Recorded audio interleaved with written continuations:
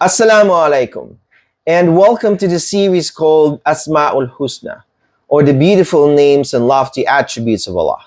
For today's episode, we'll be talking about Al-Ahad, the one and only, the unique, the incomparable.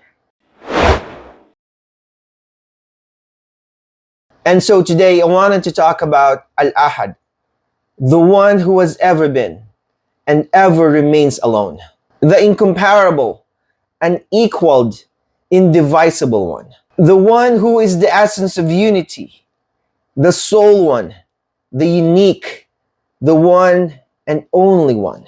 Allah calls himself Al-Ahad on one occasion in the Quran. Kul huwa Allahu ahad. Say, He is Allah, the one and only. Al-Ahad is the one who was, is, and will ever remain alone. He is indivisible and the essence of oneness, and nothing or no one can ever be equal to him in essence in all of his beautiful and lofty attributes. The one who has ever been and ever remains alone. The incomparable, unequaled, indivisible one. The one who is the essence of oneness, the sole one. The one that shares no one in his lordship, nor in his essence, nor in his attributes. The one who begets not and was never begotten.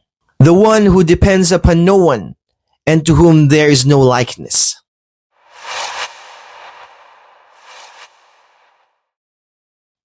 Ahad points to two main meanings. The first meaning is to be the only one and sole. The second main meaning is to unite or unify. This root appears 85 times in the Quran in two derived forms. Examples of these forms are ahadun, or anyone, ahadukum, one of you, and ihda, any, or one. Linguistically, what is ahad cannot be divided into parts, whereas that which is wahid appears to be divisible into separate parts. Some scholars differentiated between al-wahid and al-ahad by saying that al-wahid refers to his being one in his essence only, while al-ahad means that he is one in both his essence and his attributes. And it was said that al-wahid means he is unique in his essence and does not have any peer or rival, and al-ahad is unique in his attributes. So al-wahid is one in and of himself, and al-ahad means being one in his attributes. Al-ahad is one of the attributes of Allah which belong uniquely to him, and in which nothing else has a share. Allah is al-ahad and al-wahid. He is unique in being one in both his essence and his attributes.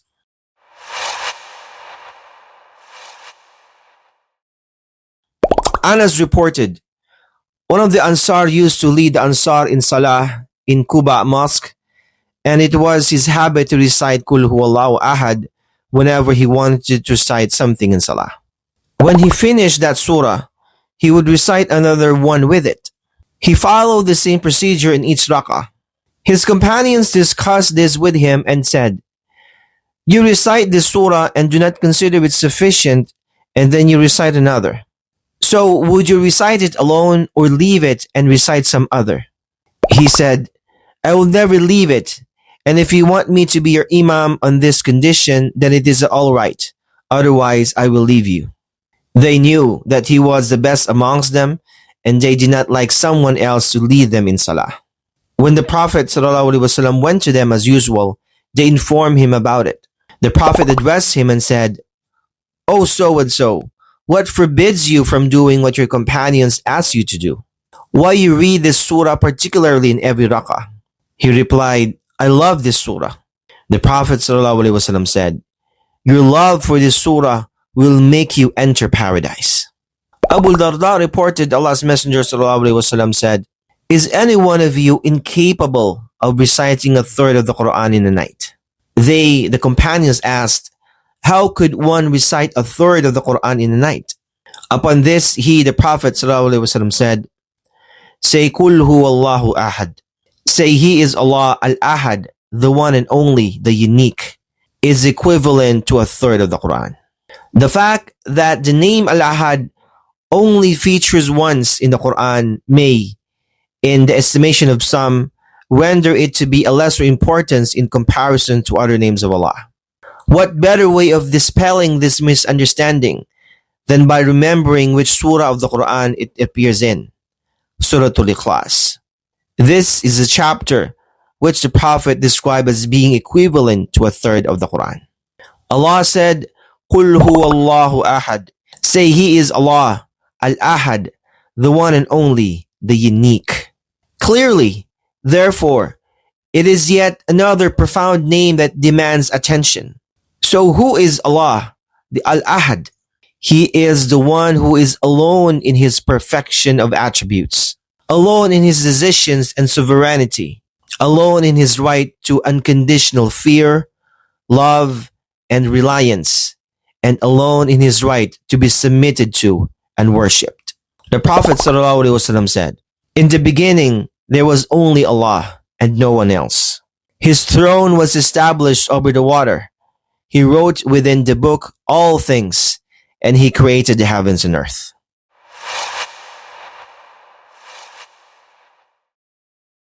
The Prophet once heard a person saying the following words in his dua. Allahumma inni as'aluka bi annaka antallah al-ahadu samad alladhi lam yalid wa lam yulad wa lam yakul lahu kufuwan ahad. O Allah, I ask you by virtue of you being Allah, al-ahad, the one and only, the unique, as-samad, the eternal refuge, who begets not nor was begotten, and there is none comparable to Him. This impressed the Prophet to the extent that he said, لَقَدْ سَأَلَ اللَّهَ بِأَسْمَائِهِ الْأَعْظَمِ الَّذِي إِذَا سُئِلَ بِهِ أَعْطَى وَإِذَا دُئِيَ بِهِ أَجَابَهُ. He has just asked Allah by His greatest name, which if He is asked with, He gives, and if He is called upon with, He answers. In another narration, the Prophet ﷺ once entered the masjid and saw a man who had finished his prayer and was reciting the tashahhud by saying, Allahumma inni as'aluka ya Allah, al-ahad, as-samadu alladhi lam yalid wa lam yulad wa lam yakul lahu kufuwan ahad, an taghfir li dhunubi, innaka antal ghafurur rahim. O Allah, I ask you, O Allah, al-ahad, the one and only, the unique, as-samad, the eternal refuge. He begets not, nor was He begotten, and there is none comparable to Him, that you forgive my sins. Verily, you are the most forgiving, merciful. The Prophet ﷺ said, قَدْ غُفِرَ لَهُ قَدْ غُفِرَ لَهُ. Indeed, he was forgiven. Indeed, he was forgiven. So raise your hands, recall your burdens, and unlock your shackles by calling Allah using His name, Al-Ahad. Stay tuned in the next installment of the series. I'll see you in the next episode. Hey, if you want to know the complete list of the 99 names of Allah, check out this video here.